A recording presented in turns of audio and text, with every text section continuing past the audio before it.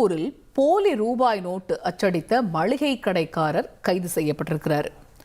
கடன் கொடுத்த போது கள்ள நோட்டுகளை கலந்து கொடுத்து ஏடிஎம்மே ஏமாறக்கூடிய அளவுக்கு மிக துல்லியமாக அச்சடித்தது எப்படி?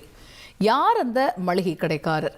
கலர் ஜெராக்ஸ் இயந்திரமும் 500 ரூபாய் கள்ள நோட்டுகளும் பறிமுதல் செய்யப்பட்டது எப்படி என்பது பற்றி விவரிக்க இணைகிறார் எமது செய்தியாளர் அருண்குமார். Over to Arun. திருப்பூர் பாரப்பாளையம் ஆண்டிப்பாளையம் பகுதியில் ஒரு தனியார் வங்கி இருக்கு. அந்த வங்கியில கடந்த சில நாட்களுக்கு முன்பு 500 ரூபா நோட்டு கள்ள நோட்டு அந்த வங்கியுடைய மேனேஜர் மணிமாறன் என்பவர் அதை எடுக்கிறாரு. இதோட பின்னணி என்ன, யார் இதெல்லாம் டெபாசிட் பண்ணது அப்படின்னு பார்த்தோம்னா, கௌதம் என்கிறவர்கிட்ட இந்த வழக்கு அவருடைய கணக்குல இந்த வர வைக்கப்படுகிறது. இதை தொடர்ந்து மணிமாறன் போலீஸ்கிட்ட புகார் கொடுக்குறாரு. அதாவது திருப்பூர் மத்திய போலீஸ்கிட்ட புகார் கொடுக்குறாரு. கௌதம் போலீசார் விசாரணை பண்றாங்க. உங்களுக்கு யார் இந்த நோட்டை கொடுத்தது, எங்க வாங்குனீங்க, என்ன எதுன்னு அவர் கௌதம்கிட்ட போலீசார் விசாரணை பண்றாங்க. இதுல முருகம்பாளையம் பகுதியை சேர்ந்த ராஜேந்திரன் என்பவர் மளிகை கடை நடத்தி வர்றாரு. அந்த கடையில தான் அவர், அதாவது அந்த கடைக்காரர் என்ன பண்றாரு, வட்டிக்கும் தொழில் பண்ணிட்டு இருக்கிறாரு. அவர்கிட்ட இருந்து கௌதம் ஒரு 40,000 ரூபாய் பணம் வாங்குறாரு.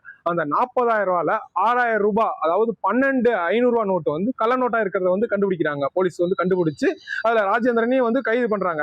கைது செஞ்சு உடனே என்ன பண்றாங்க, ராஜேந்திரனை கூப்பிட்டு விசாரணை பண்றாங்க. தொடர்ந்து அவர் கடையை போய் பாக்குறாங்க. கடையில அவருக்கு கள்ள நோட்டு அடிக்க உபயோகிச்ச மிஷினு, அப்புறம் அவர்கிட்ட இருக்கிற கள்ள நோட்டு எல்லாத்தையுமே பறிமுதல் பண்றாங்க.